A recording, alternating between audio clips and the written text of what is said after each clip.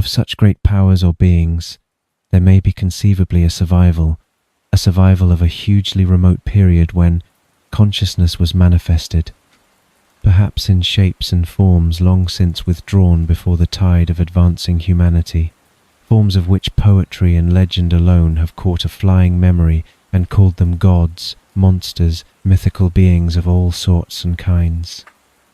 Algernon Blackwood. The Call of Cthulhu by H.P. Lovecraft. Read by Cthulhu World.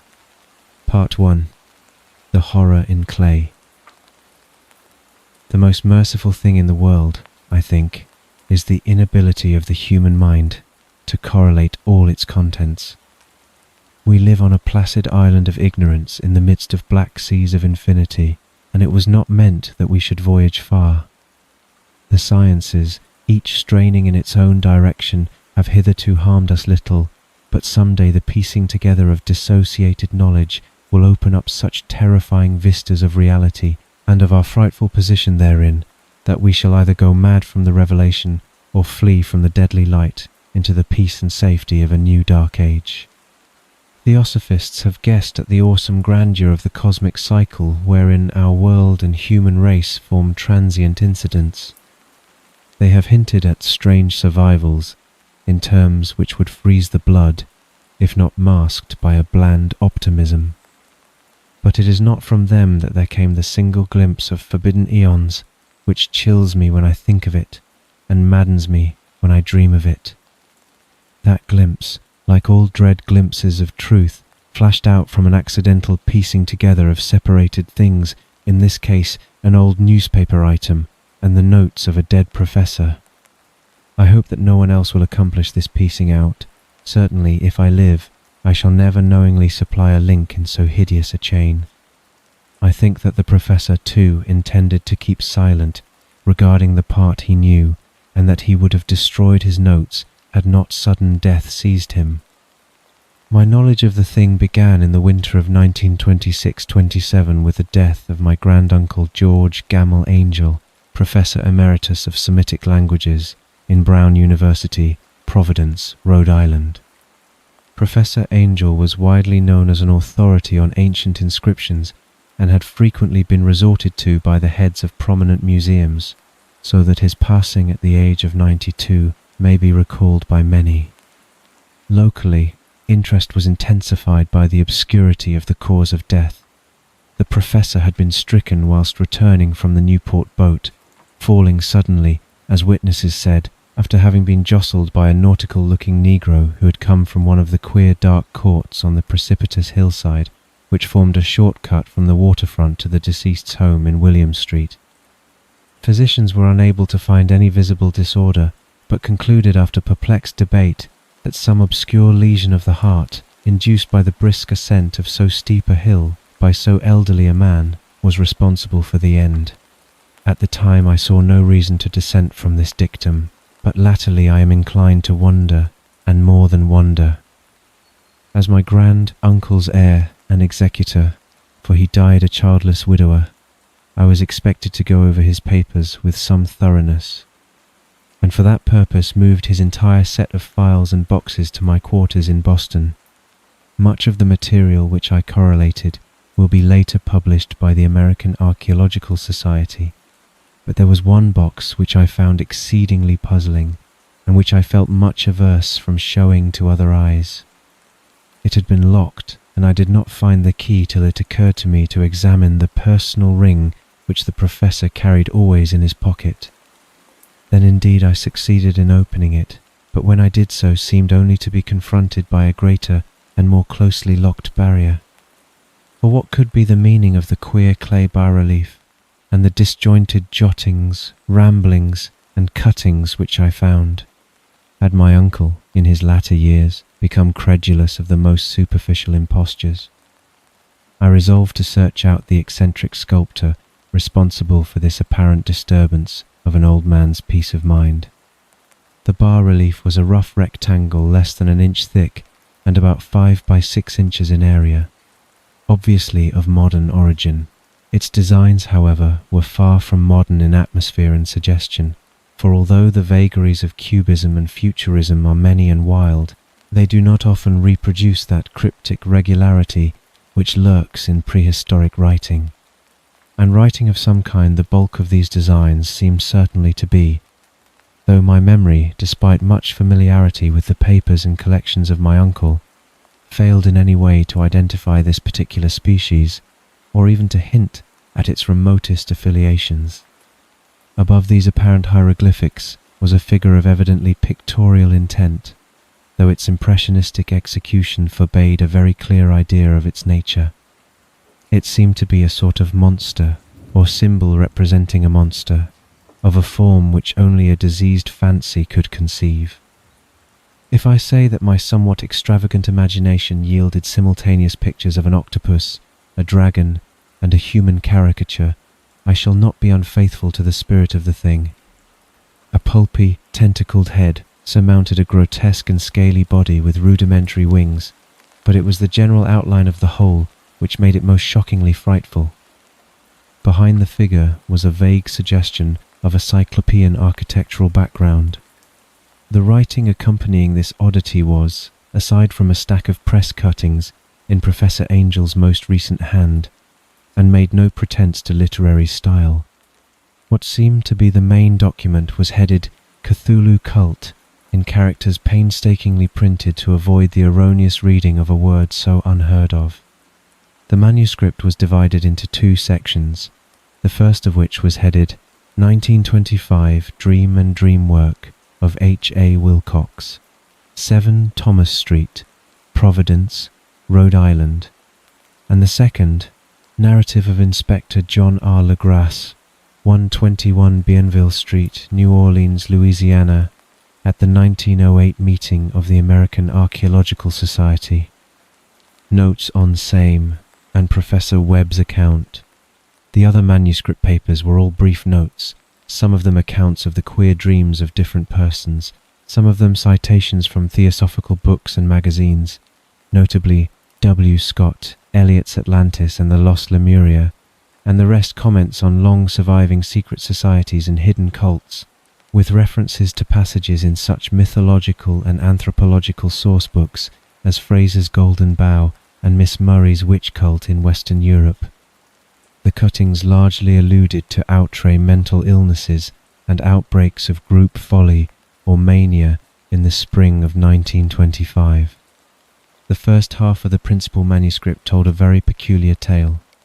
It appears that on the 1st of March, 1925, a thin, dark young man of neurotic and excited aspect had called upon Professor Angel bearing the singular clay bas-relief, which was then exceedingly damp and fresh.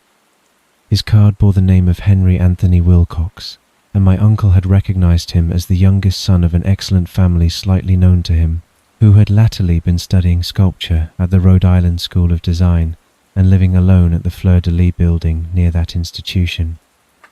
Wilcox was a precocious youth of known genius but great eccentricity, and had from childhood excited attention through the strange stories and odd dreams he was in the habit of relating. He called himself psychically hypersensitive, but the staid folk of the ancient commercial city dismissed him as merely queer. Never mingling much with his kind, he had dropped gradually from social visibility and was now known only to a small group of aesthetes from other towns. Even the Providence Art Club, anxious to preserve its conservatism, had found him quite hopeless. On the occasion of the visit, ran the professor's manuscript. The sculptor abruptly asked for the benefit of his host's archaeological knowledge in identifying the hieroglyphics on the bas-relief. He spoke in a dreamy, stilted manner which suggested pose and alienated sympathy, and my uncle showed some sharpness in replying, for the conspicuous freshness of the tablet implied kinship with anything but archaeology. Young Wilcox's rejoinder, which impressed my uncle enough to make him recall and record it verbatim, was of a fantastically poetic cast which must have typified his whole conversation, and which I have since found highly characteristic of him. He said, "It is new indeed, for I made it last night in a dream of strange cities, and dreams are older than brooding Tyre, or the contemplative sphinx or garden girdled Babylon. It was then that he began that rambling tale, which suddenly played upon a sleeping memory and won the fevered interest of my uncle. There had been a slight earthquake tremor the night before, the most considerable felt in New England for some years, and Wilcox's imagination had been keenly affected. Upon retiring, he had had an unprecedented dream of great cyclopean cities of Titan blocks and sky-flung monoliths, all dripping with green ooze and sinister with latent horror. Hieroglyphics had covered the walls and pillars, and from some undetermined point below had come a voice that was not a voice, a chaotic sensation which only fancy could transmute into sound, but which he attempted to render by the almost unpronounceable jumble of letters, Cthulhu Fatan. This verbal jumble was the key to the recollection which excited and disturbed Professor Angel. He questioned the sculptor with scientific minuteness, and studied with almost frantic intensity the bas-relief on which the youth had found himself working, chilled and clad only in his nightclothes when waking had stolen bewilderingly over him. My uncle blamed his old age, Wilcox afterwards said, for his slowness in recognizing both hieroglyphics and pictorial design. Many of his questions seemed highly out of place to his visitor, especially those which tried to connect the latter with strange cults or societies, and Wilcox could not understand the repeated promises of silence which he was offered in exchange for an admission of membership in some widespread mystical or paganly religious body. When Professor Angel became convinced that the sculptor was indeed ignorant of any cult or system of cryptic lore, he besieged his visitor with demands for future reports of dreams. This bore regular fruit, for after the first interview the manuscript records daily calls of the young man, during which he related startling fragments of nocturnal imagery, whose burden was always some terrible cyclopean vista of dark and dripping stone, with a subterrene voice or intelligence shouting monotonously in enigmatical sense, impacts uninscribable save as gibberish. The two sounds most frequently repeated are those rendered by the letters Cthulhu and Rillier. On the 23rd of March, the manuscript continued. Wilcox failed to appear, and inquiries at his quarters revealed that he had been stricken with an obscure sort of fever and taken to the home of his family in Waterman Street. He had cried out in the night, arousing several other artists in the building, and had manifested since then only alternations of unconsciousness and delirium. My uncle at once telephoned the family, and from that time forward kept close watch of the case, calling often at the Thayer Street office of Dr. Toby, whom he learned to be in charge. The youth's febrile mind, apparently, was dwelling on strange things, and the doctor shuddered now and then as he spoke of them. They included not only a repetition of what he had formerly dreamed, but touched wildly on a gigantic thing, miles high, which walked or lumbered about. He at no time fully described this object, but occasional frantic words, as repeated by Dr. Toby, convinced the professor that it must be identical with the nameless monstrosity he had sought to depict in his dream sculpture.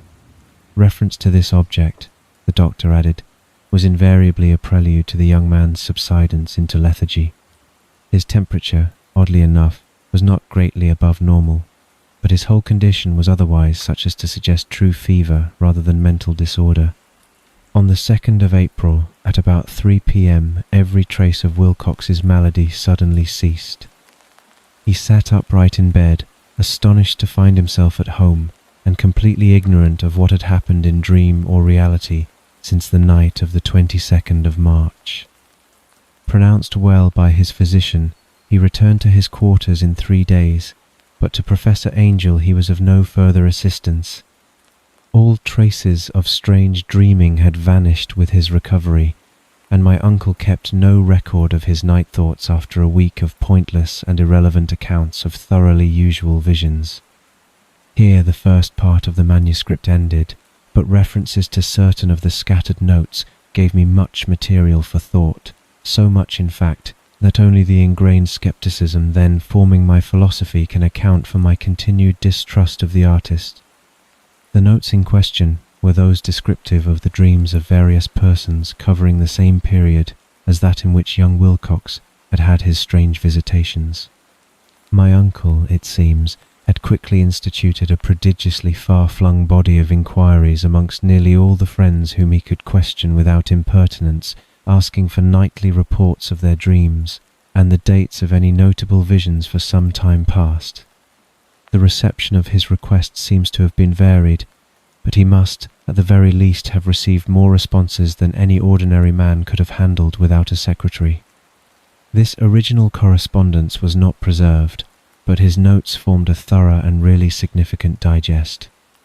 Average people in society and business, New England's traditional salt of the earth, gave an almost completely negative result. Though scattered cases of uneasy but formless nocturnal impressions appear here and there, always between the 23rd of March and the 2nd of April, the period of young Wilcox's delirium. Scientific men were little more affected, though 4 cases of vague description suggest fugitive glimpses of strange landscapes, and in one case there is mentioned a dread of something abnormal. It was from the artists and poets that the pertinent answers came, and I know that panic would have broken loose had they been able to compare notes. As it was, lacking their original letters, I half suspected the compiler of having asked leading questions or of having edited the correspondence in corroboration of what he had latently resolved to see. That is why I continued to feel that Wilcox, somehow cognizant of the old data which my uncle had possessed, had been imposing on the veteran scientist. These responses from aesthetes told a disturbing tale. From the 28th of February to the 2nd of April, a large proportion of them had dreamed very bizarre things, the intensity of the dreams being immeasurably the stronger during the period of the sculptor's delirium. Over a fourth of those who reported anything reported scenes and half-sounds not unlike those which Wilcox had described, and some of the dreamers confessed acute fear of the gigantic nameless thing visible toward the last. One case, which the note describes with emphasis, was very sad. The subject, a widely known architect with leanings toward theosophy and occultism, went violently insane on the date of young Wilcox's seizure, and expired several months later, after incessant screamings to be saved from some escaped denizen of hell. Had my uncle referred to these cases by name instead of merely by number, I should have attempted some corroboration and personal investigation, but as it was, I succeeded in tracing down only a few. All of these, however, bore out the notes in full. I have often wondered if all the objects of the professor's questioning felt as puzzled as did this fraction. It is well that no explanation shall ever reach them.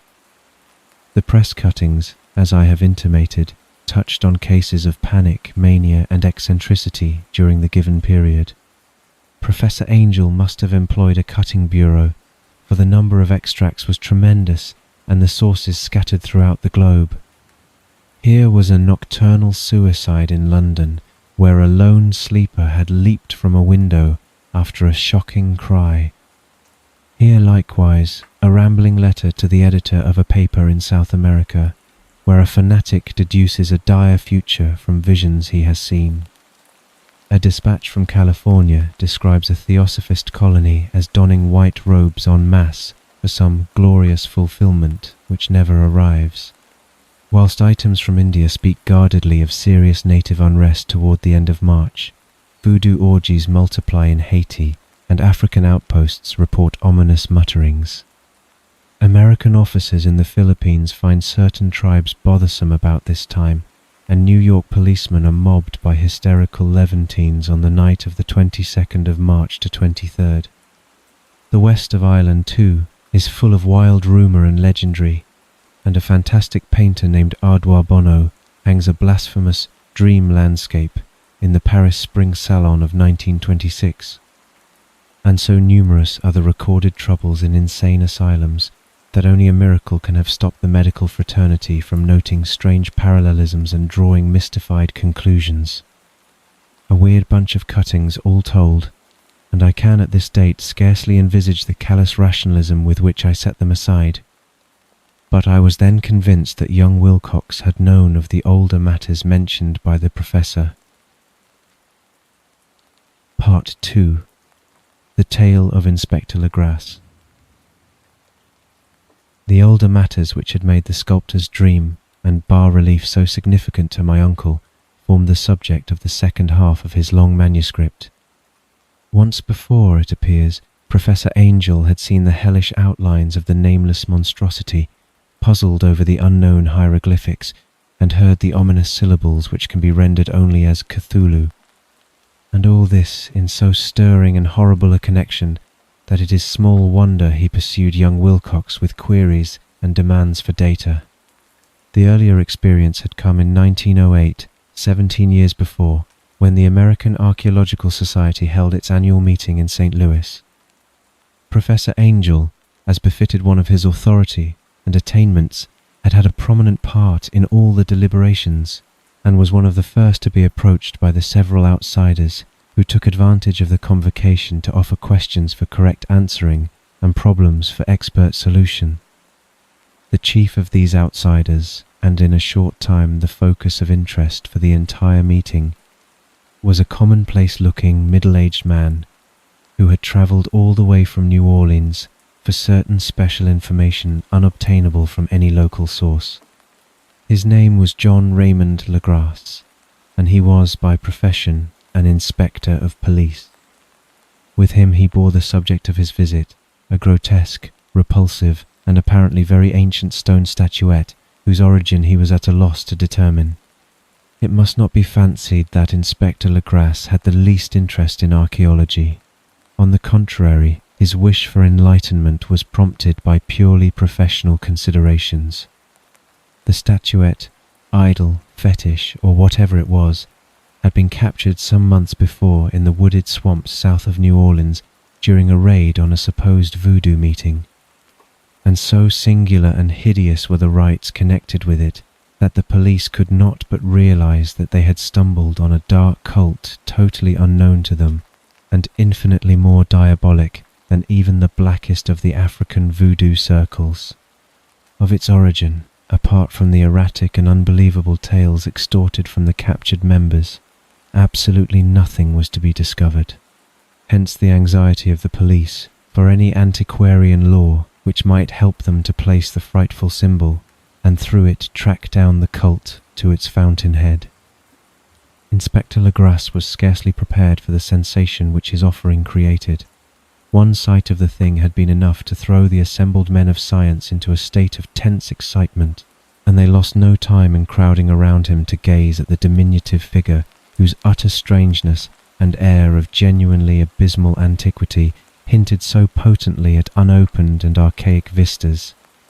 No recognized school of sculpture had animated this terrible object, yet centuries and even thousands of years seemed recorded in its dim and greenish surface of unplaceable stone. The figure, which was finally passed slowly from man to man for close and careful study, was between 7 and 8 inches in height, and of exquisitely artistic workmanship. It represented a monster of vaguely anthropoid outline, but with an octopus-like head whose face was a mass of feelers, a scaly, rubbery-looking body, prodigious claws on hind and fore feet, and long, narrow wings behind. This thing, which seemed instinct with a fearsome and unnatural malignancy, was of a somewhat bloated corpulence, and squatted evilly on a rectangular block or pedestal covered with undecipherable characters. The tips of the wings touched the back edge of the block. The seat occupied the centre, whilst the long, curved claws of the doubled-up, crouching hind legs gripped the front edge and extended a quarter of the way down toward the bottom of the pedestal. The cephalopod head was bent forward, so that the ends of the facial feelers brushed the backs of huge forepaws, which clasped the croucher's elevated knees. The aspect of the whole was abnormally lifelike, and the more subtly fearful because its source was so totally unknown. Its vast, awesome, and incalculable age was unmistakable, yet not one link did it show with any known type of art belonging to civilization's youth, or indeed to any other time. Totally separate and apart, its very material was a mystery, for for the soapy, greenish-black stone with its golden or iridescent flecks and striations resembled nothing familiar to geology or mineralogy. The characters along the base were equally baffling, and no member present, despite a representation of half the world's expert learning in this field, could form the least notion of even their remotest linguistic kinship. They, like the subject and material, belonged to something horribly remote and distinct from mankind as we know it. Something frightfully suggestive of old and unhallowed cycles of life in which our world and our conceptions have no part.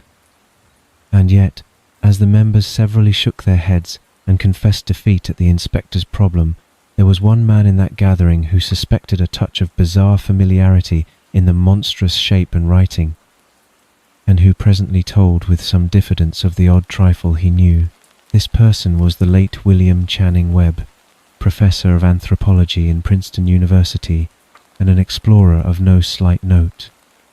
Professor Webb had been engaged, 48 years before, in a tour of Greenland and Iceland in search of some runic inscriptions which he failed to unearth, and whilst high up on the West Greenland coast had encountered a singular tribe or cult of degenerate Eskimo, whose religion, a curious form of devil worship, chilled him with its deliberate bloodthirstiness and repulsiveness. It was a faith of which other Eskimo knew little, and which they mentioned only with shudders, saying that it had come down from horribly ancient eons before ever the world was made. Besides nameless rites and human sacrifices, there were certain queer hereditary rituals addressed to a supreme elder devil or Tornasuk, and of this Professor Webb had taken a careful phonetic copy from an aged Angakok or wizard priest, expressing the sounds in Roman letters as best he knew how. But just now of prime significance was the fetish which this cult had cherished, and around which they danced when the aurora leaped high over the ice cliffs. It was, the professor stated, a very crude bas-relief of stone, comprising a hideous picture and some cryptic writing. And so far as he could tell, it was a rough parallel in all essential features of the bestial thing now lying before the meeting. This data, received with suspense and astonishment by the assembled members, proved doubly exciting to Inspector Legrasse, and he began at once to ply his informant with questions. Having noted and copied an oral ritual among the swamp cult worshippers his men had arrested, he besought the professor to remember as best he might the syllables taken down amongst the diabolist Eskimo.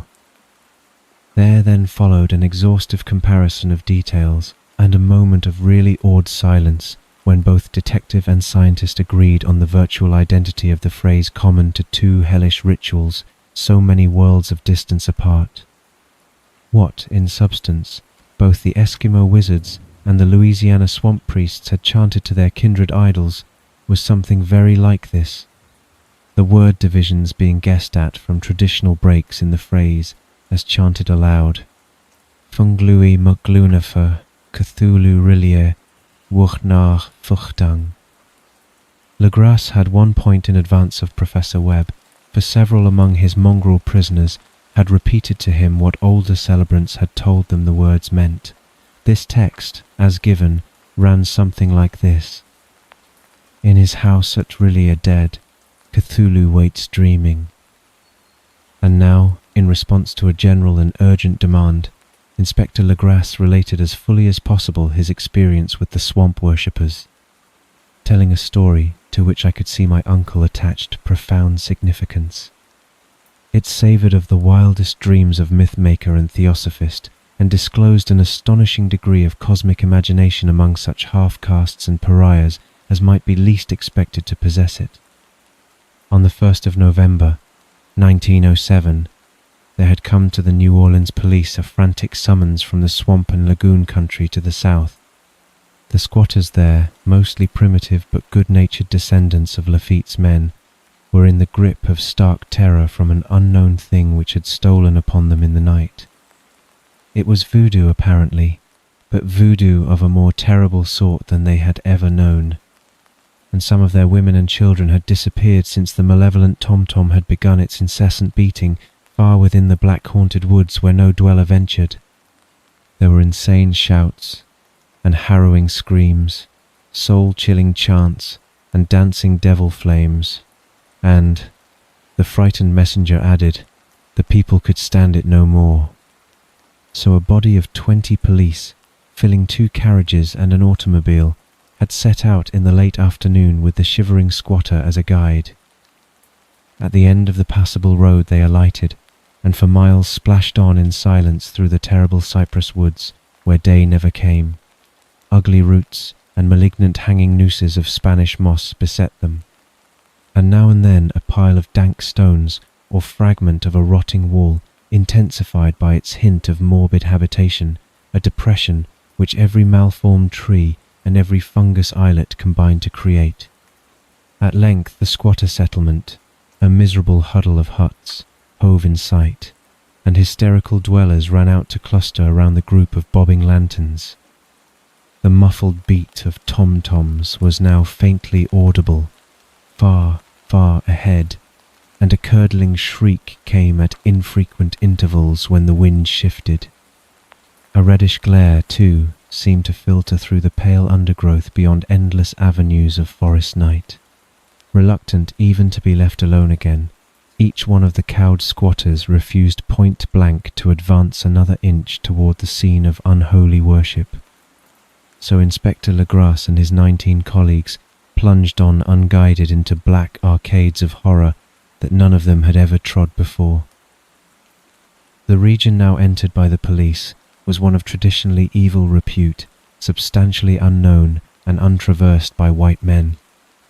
There were legends of a hidden lake, unglimpsed by mortal sight, in which dwelt a huge, formless, white polypus thing with luminous eyes, and squatters whispered that bat-winged devils flew up out of caverns in inner earth to worship it at midnight. They said it had been there before d'Iberville, before La Salle, before the Indians, and before even the wholesome beasts and birds of the woods. It was nightmare itself, and to see it was to die. But it made men dream, and so they knew enough to keep away. The present voodoo orgy was, indeed, on the merest fringe of this abhorred area, but that location was bad enough. Hence perhaps the very place of the worship had terrified the squatters more than the shocking sounds and incidents. Only poetry or madness could do justice to the noises heard by Legrasse's men as they ploughed on through the black morass toward the red glare and the muffled tom-toms. There are vocal qualities peculiar to men, and vocal qualities peculiar to beasts, and it is terrible to hear the one when the source should yield the other. Animal fury and orgiastic license here whipped themselves to demoniac heights by howls and squawking ecstasies that tore and reverberated through those nighted woods like pestilential tempests from the gulfs of hell. Now and then the less organized ululation would cease, and from what seemed a well-drilled chorus of hoarse voices would rise in sing-song chant that hideous phrase or ritual, Funglui Muglunafer, Cthulhu Rillier, Wuchnach Fuchtang. Then the men, having reached a spot where the trees were thinner, came suddenly in sight of the spectacle itself.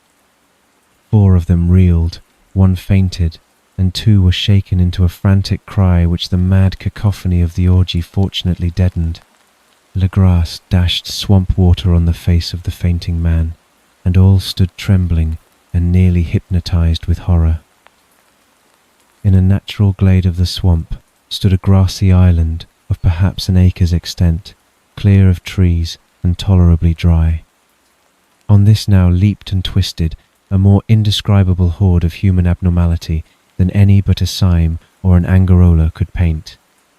Void of clothing, this hybrid spawn were braying, bellowing, and writhing about a monstrous ring-shaped bonfire, in the centre of which, revealed by occasional rifts in the curtain of flame, stood a great granite monolith some 8 feet in height, on top of which, incongruous with its diminutiveness, rested the noxious carven statuette. From a wide circle of 10 scaffolds, set up at regular intervals with the flame-girt monolith, as a centre hung, head downward, the oddly marred bodies of the helpless squatters who had disappeared. It was inside this circle that the ring of worshippers jumped and roared, the general direction of the mass motion being from left to right in endless bacchanal between the ring of bodies and the ring of fire. It may have been only imagination, and it may have been only echoes, which induced one of the men, an excitable Spaniard, to fancy he heard antiphonal responses to the ritual from some far and unillumined spot deeper within the wood of ancient legendary and horror. This man, Joseph D. Galvez, I later met and questioned, and he proved distractingly imaginative. He indeed went so far as to hint of the faint beating of great wings, and of a glimpse of shining eyes and a mountainous white bulk beyond the remotest trees, but I suppose he had been hearing too much native superstition. Actually, the horrified pause of the men was of comparatively brief duration. Duty came first, and although there must have been nearly 100 mongrel celebrants in the throng, the police relied on their firearms and plunged determinedly into the nauseous rout. For 5 minutes, the resultant din and chaos were beyond description. Wild blows were struck, shots were fired, and escapes were made, but in the end, Legras was able to count some 47 sullen prisoners, whom he forced to dress in haste and fall into line between 2 rows of policemen. 5 of the worshippers lay dead, and 2 severely wounded ones were carried away on improvised stretchers by their fellow prisoners. The image on the monolith, of course, was carefully removed and carried back by Legras. Examined at headquarters after a trip of intense strain and weariness, the prisoners all proved to be men of a very low, mixed-blooded, and mentally aberrant type. Most were seamen, and a sprinkling of Negroes and mulattoes, largely West Indians or Brava Portuguese from the Cape Verde Islands, gave a colouring of voodooism to the heterogeneous cult. But before many questions were asked, it became manifest that something far deeper and older than Negro fetishism was involved. Degraded and ignorant as they were, the creatures held with surprising consistency to the central idea of their loathsome faith. They worshipped, so they said, the great old ones who lived ages before there were any men, and who came to the young world out of the sky. Those old ones were gone now, inside the earth and under the sea, but their dead bodies had told their secrets in dreams to the first men who formed a cult which had never died. This was that cult, and the prisoners said it had always existed, and always would exist, hidden in distant wastes and dark places all over the world, until the time when the great priest Cthulhu, from his dark house in the mighty city of Rilia, under the waters, should rise and bring the earth again beneath his sway. Some day he would call when the stars were ready, and the secret cult would always be waiting to liberate him. Meanwhile, no more must be told. There was a secret which even torture could not extract. Mankind was not absolutely alone among the conscious things of earth, for shapes came out of the dark to visit the faithful few. But these were not the great old ones. No man had ever seen the old ones. The carven idol was great Cthulhu, but none might say whether or not the others were precisely like him. No one could read the old writing now, but things were told by word of mouth. The chanted ritual was not the secret that was never spoken aloud, only whispered. The chant meant only this: in his house at Rilia dead, Cthulhu waits dreaming. Only 2 of the prisoners were found sane enough to be hanged, and the rest were committed to various institutions. All denied a part in the ritual murders, and averred that the killing had been done by black-winged ones which had come to them from their immemorial meeting place in the haunted wood. But of those mysterious allies, no coherent account could ever be gained. What the police did extract came mainly from an immensely aged mestizo named Castro, who claimed to have sailed to strange ports and talked with undying leaders of the cult in the mountains of China. Old Castro remembered bits of hideous legend that paled the speculations of theosophists and made man and the world seem recent and transient indeed. There had been eons when other things ruled on the earth, and they had had great cities. Remains of them, he said the deathless Chinaman had told him, were still to be found as cyclopean stones on islands in the Pacific. They all died vast epochs of time before men came, but there were arts which could revive them when the stars had come round again to the right positions in the cycle of eternity. They had indeed come themselves from the stars and brought their images with them. These great old ones, Castro continued, were not composed altogether of flesh and blood. They had shape, for did not this star-fashioned image prove it? But that shape was not made of matter. When the stars were right, they could plunge from world to world through the sky, but when the stars were wrong, they could not live. But although they no longer lived, they would never really die. They all lay in stone houses in their great city of R'lyeh, preserved by the spells of mighty Cthulhu for a glorious resurrection when the stars and the earth might once more be ready for them. But at that time some force from outside must serve to liberate their bodies. The spells that preserved them intact likewise prevented them from making an initial move, and they could only lie awake in the dark and think whilst uncounted millions of years rolled by. They knew all that was occurring in the universe, but their mode of speech was transmitted thought. Even now they talked in their tombs. When, after infinities of chaos, the first men came, the great old ones spoke to the sensitive among them by moulding their dreams, for only thus could their language reach the fleshly minds of mammals. Then, whispered Castro, those first men formed the cult around small idols which the great ones shewed them, idols brought in dim eras from dark stars. That cult would never die till the stars came right again, and the secret priests would take great Cthulhu from his tomb to revive his subjects and resume his rule of earth. The time would be easy to know, for then mankind would have become as the great old ones, free and wild and beyond good and evil, with laws and morals thrown aside and all men shouting and killing and revelling in joy. Then the liberated old ones would teach them new ways to shout and kill and revel and enjoy themselves, and all the earth would flame with a holocaust of ecstasy and freedom. Meanwhile the cult, by appropriate rites, must keep alive the memory of those ancient ways, and shadow forth the prophecy of their return. In the elder time chosen men had talked with the entombed old ones in dreams, but then something had happened. The great stone city R'lyeh, with its monoliths and sepulchres, had sunk beneath the waves, and the deep waters, full of the one primal mystery through which not even thought can pass, had cut off the spectral intercourse. But memory never died, and high priests said that the city would rise again when the stars were right. Then came out of the earth the black spirits of earth, mouldy and shadowy, and full of dim rumours, picked up in caverns beneath forgotten sea bottoms. But of them old Castro dared not speak much. He cut himself off hurriedly, and no amount of persuasion or subtlety could elicit more in this direction. The size of the old ones, too, he curiously declined to mention. Of the cult, he said that he thought the centre lay amid the pathless deserts of Arabia, where Iram, the city of pillars, dreams hidden and untouched. It was not allied to the European witch cult, and was virtually unknown beyond its members.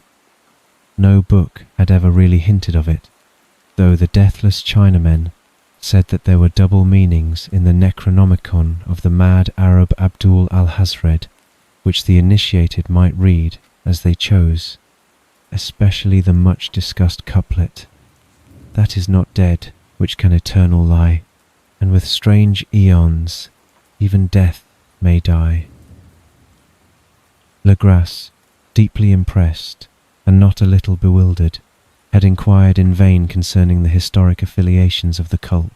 Castro apparently had told the truth when he said that it was wholly secret. The authorities at Tulane University could shed no light upon either cult or image, and now the detective had come to the highest authorities in the country and met with no more than the Greenland tale of Professor Webb. The feverish interest aroused at the meeting by Legras's tale, corroborated as it was by the statuette, is echoed in the subsequent correspondence of those who attended. although scant mention occurs in the formal publications of the Society. Caution is the first care of those accustomed to face occasional charlatanry and imposture. Legras for some time lent the image to Professor Webb, but at the latter's death it was returned to him and remains in his possession, where I viewed it not long ago. It is truly a terrible thing, and unmistakably akin to the dream sculpture of young Wilcox.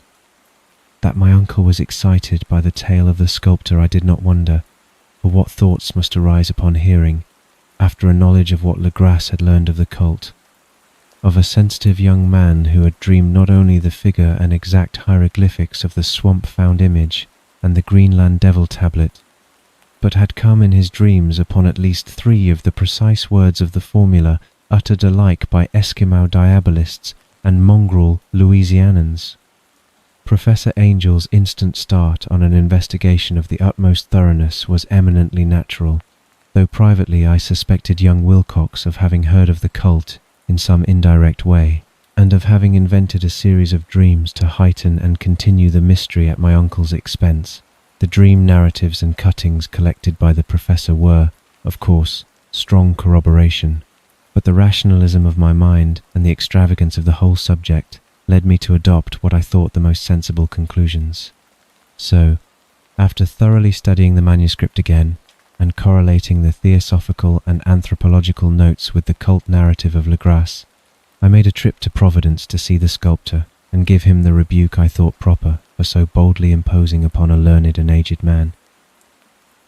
Wilcox still lived alone in the Fleur-de-Lis building in Thomas Street, a hideous Victorian imitation of 17th century Breton architecture which flaunts its stuccoed front amidst the lovely colonial houses on the ancient hill, and under the very shadow of the finest Georgian steeple in America. I found him at work in his rooms, and at once conceded from the specimens scattered about that his genius is indeed profound and authentic. He will, I believe, sometime be heard from as one of the great decadents, for he has crystallized in clay and will one day mirror in marble those nightmares and fantasies which Arthur Machen evokes in prose, and Clark Ashton Smith makes visible in verse and in painting. Dark, frail, and somewhat unkempt in aspect, he turned languidly at my knock, and asked me my business without rising. When I told him who I was, he displayed some interest, for my uncle had excited his curiosity in probing his strange dreams, yet had never explained the reason for the study. I did not enlarge his knowledge in this regard, but sought with some subtlety to draw him out. In a short time I became convinced of his absolute sincerity, for he spoke of the dreams in a manner none could mistake. They and their subconscious residuum had influenced his art profoundly, and he showed me a morbid statue whose contours almost made me shake with the potency of its black suggestion.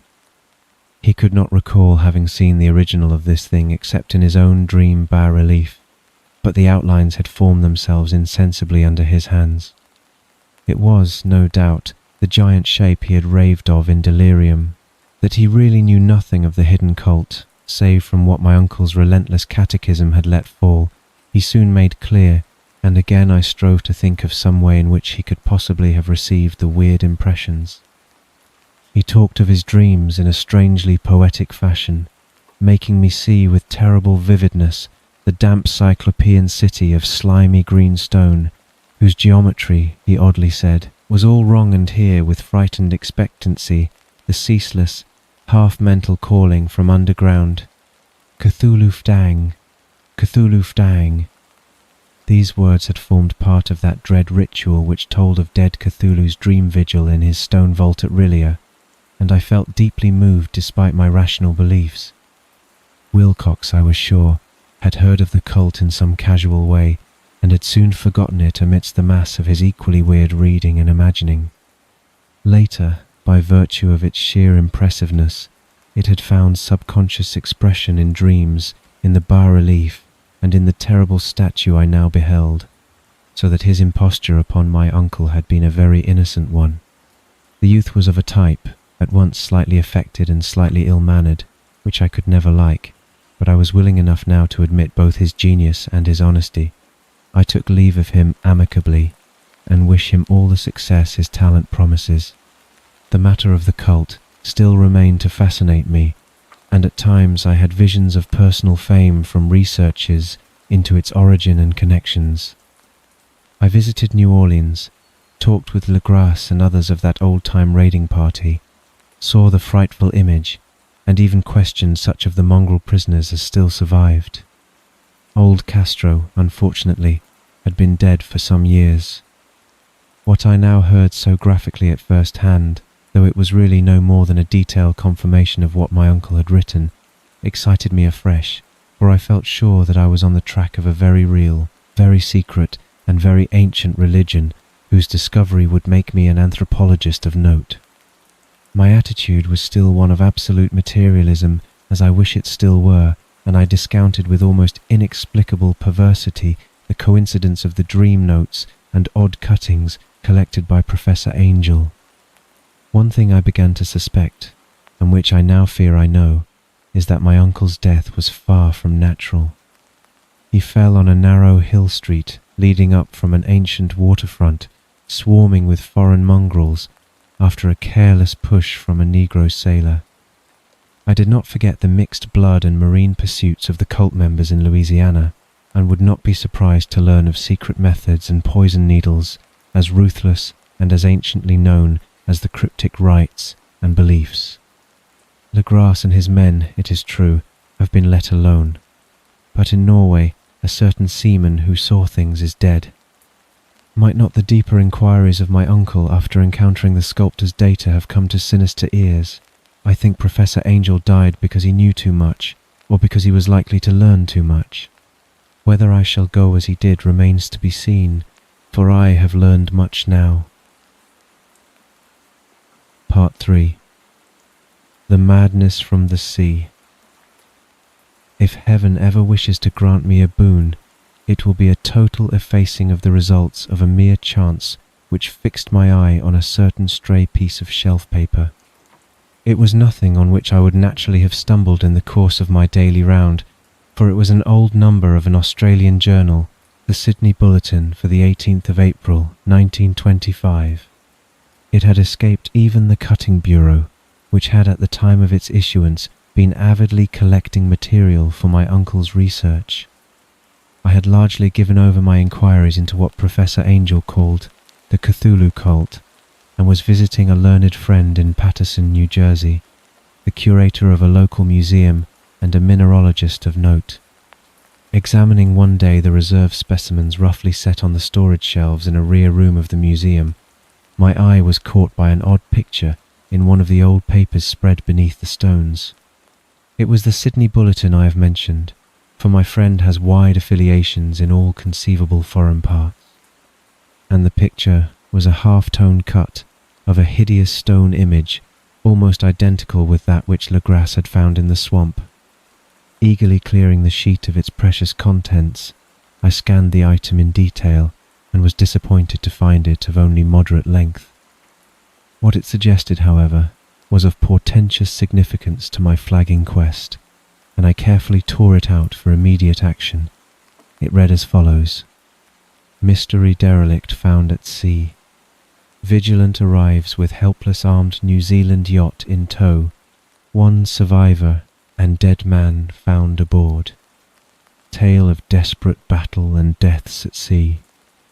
Rescued seaman refuses particulars of strange experience. Odd idol found in his possession.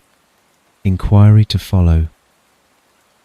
The Morrison Company's freighter, Vigilant, bound from Valparaiso, arrived this morning at its wharf in Darling Harbour, having in tow the battled and disabled but heavily armed steam yacht Alert of Dunedin, New Zealand, which was sighted the 12th of April at South 3421, West 15217, with one living and one dead man aboard.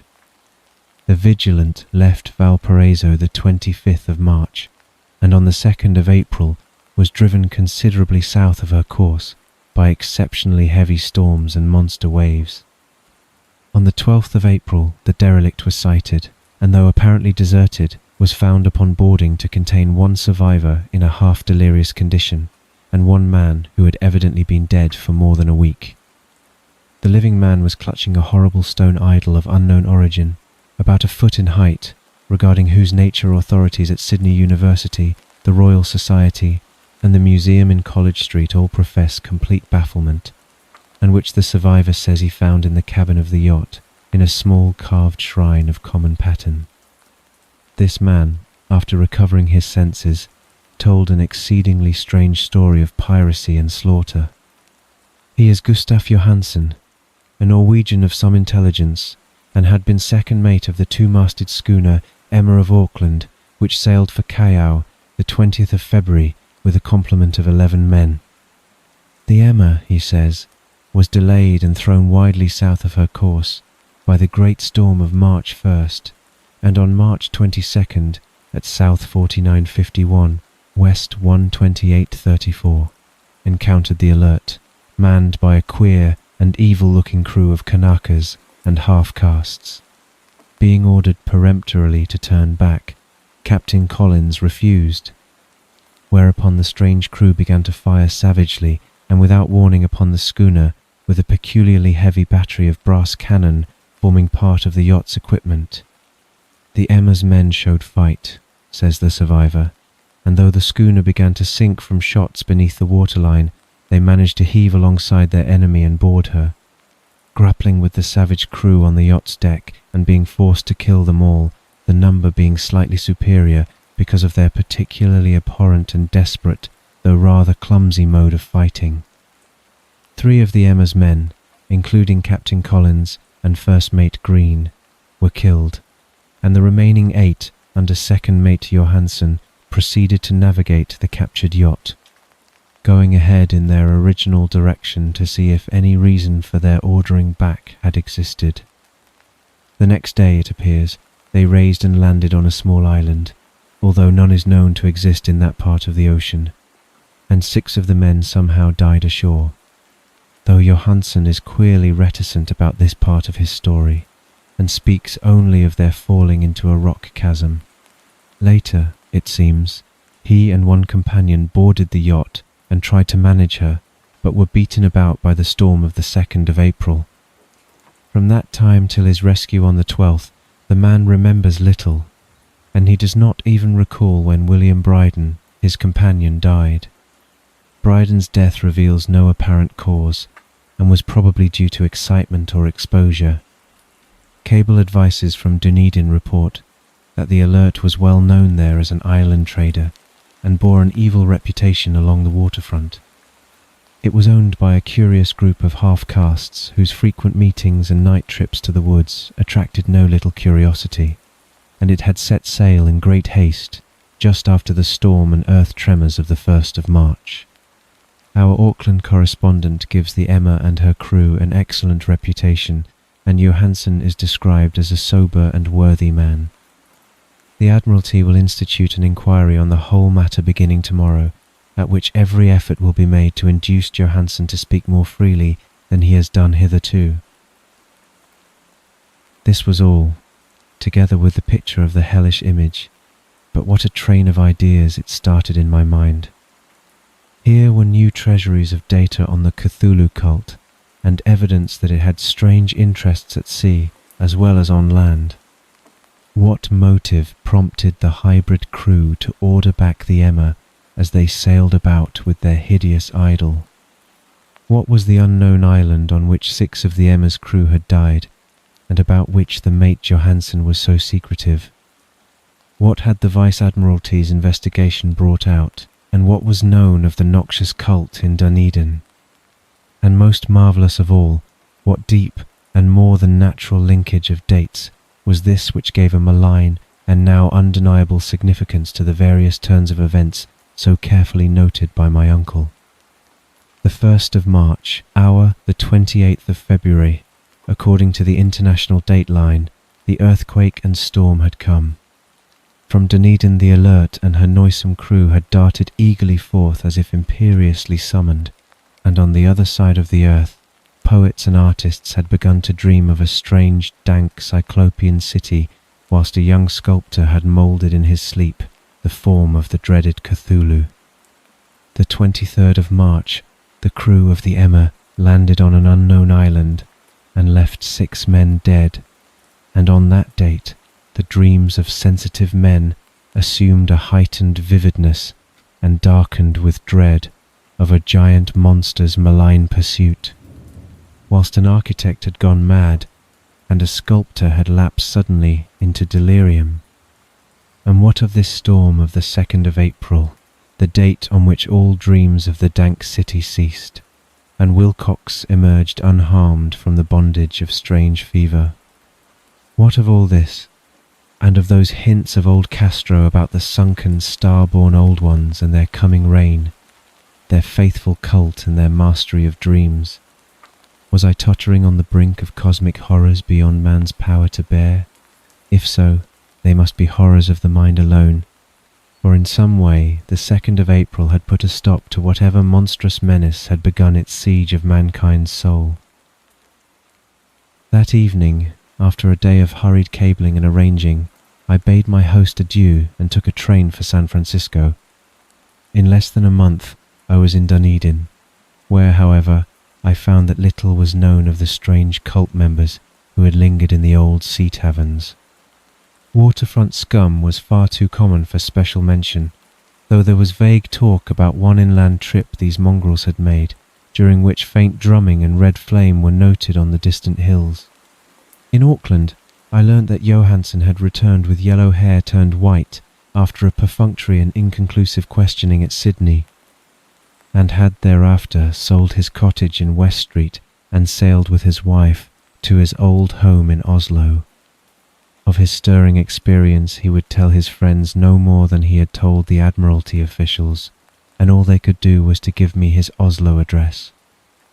After that I went to Sydney and talked profitlessly with seamen and members of the Vice-Admiralty Court. I saw the Alert, now sold and in commercial use, at Circular Quay in Sydney Cove, but gained nothing from its non-committal bulk.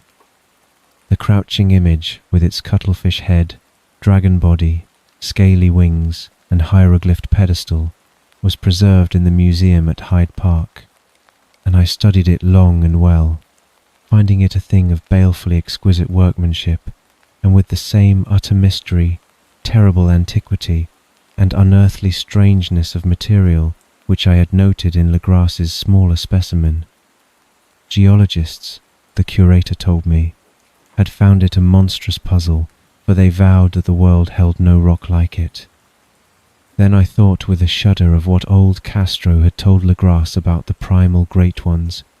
They had come from the stars and had brought their images with them.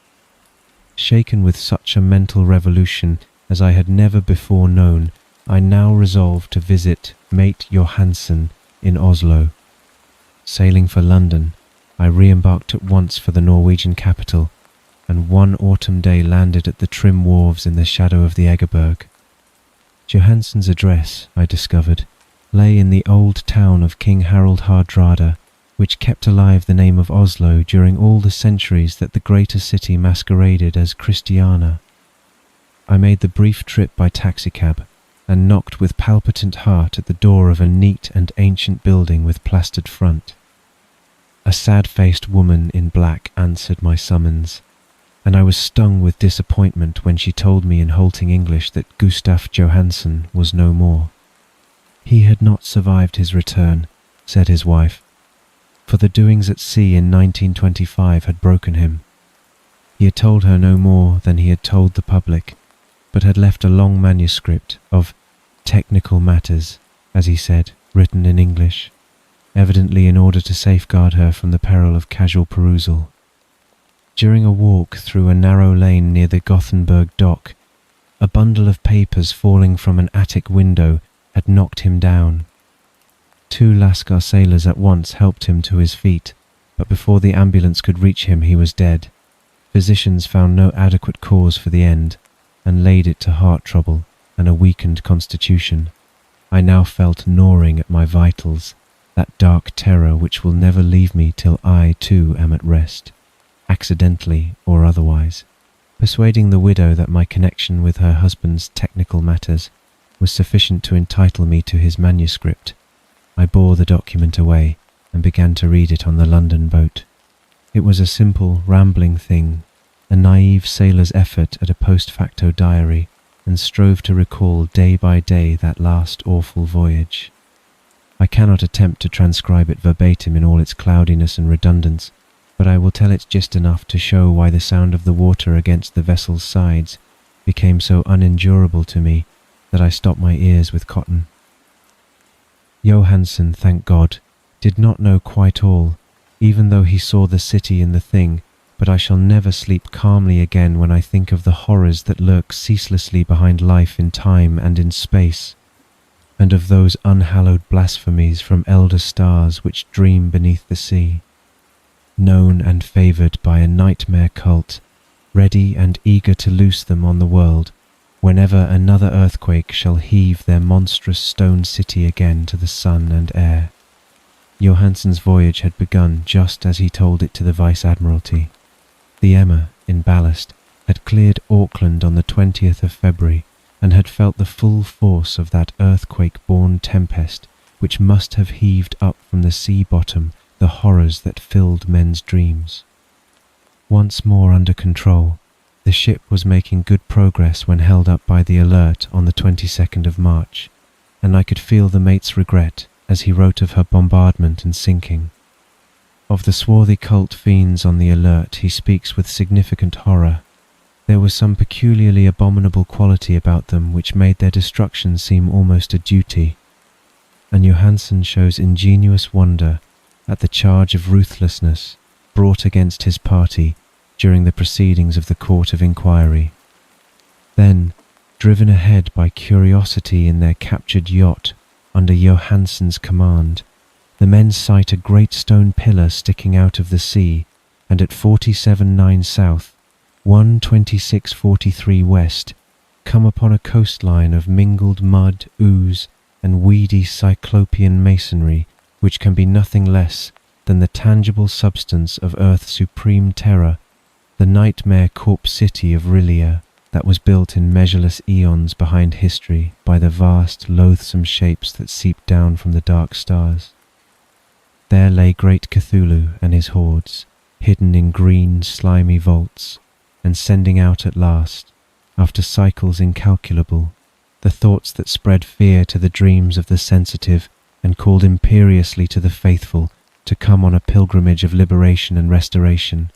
All this Johansen did not suspect, but God knows he soon saw enough. I suppose that only a single mountain-top, the hideous monolith-crowned citadel whereon great Cthulhu was buried, actually emerged from the waters. When I think of the extent of all that may be brooding down there, I almost wish to kill myself forthwith. Johansen and his men were awed by the cosmic majesty of this dripping Babylon of elder demons, and must have guessed without guidance that it was nothing of this or of any sane planet. Or at the unbelievable size of the greenish stone blocks, at the dizzying height of the great carven monolith, and at the stupefying identity of the colossal statues and bas-reliefs with the queer image found in the shrine on the Alert, is poignantly visible in every line of the mate's frightened description. Without knowing what futurism is like, Johansen achieved something very close to it when he spoke of the city, for instead of describing any definite structure or building, he dwells only on broad impressions of vast angles and stone surfaces too great to belong to anything right or proper for this earth, and impious with horrible images and hieroglyphs. I mention his talk about angles because it suggests something Wilcox had told me of his awful dreams. He had said that the geometry of the dream place he saw was abnormal, non-Euclidean, and loathsomely redolent of spheres and dimensions apart from ours. Now an unlettered seaman felt the same thing whilst gazing at the terrible reality. Johansen and his men landed at a sloping mud bank on this monstrous acropolis, and clambered slipperily up over tight and oozy blocks which could have been no mortal staircase. The very sun of heaven seemed distorted when viewed through the polarizing miasma welling out from this sea-soaked perversion, and twisted menace and suspense lurked leeringly in those crazily elusive angles of carven rock where a second glance showed concavity after the first showed convexity. Something very like fright had come over all the explorers before anything more definite than rock and ooze and weed was seen. Each would have fled had he not feared the scorn of the others, and it was only half-heartedly that they searched, vainly, as it proved, for some portable souvenir to bear away. It was Rodriguez the Portuguese who climbed up the foot of the monolith and shouted of what he had found. The rest followed him and looked curiously at the immense carved door with the now familiar squid dragon bas-relief. It was, Johansen said, like a great barn door, and they all felt that it was a door because of the ornate lintel, threshold, and jambs around it, though they could not decide whether it lay flat like a trap door or slantwise like an outside cellar door. As Wilcox would have said, the geometry of the place was all wrong. One could not be sure that the sea and the ground were horizontal, hence the relative position of everything else seemed phantasmally variable. Bryden pushed at the stone in several places without result. Then Donovan felt over it delicately around the edge, pressing each point separately as he went. He climbed interminably along the grotesque stone moulding. That is, one would call it climbing if the thing was not after all horizontal, and the men wondered how any door in the universe could be so vast.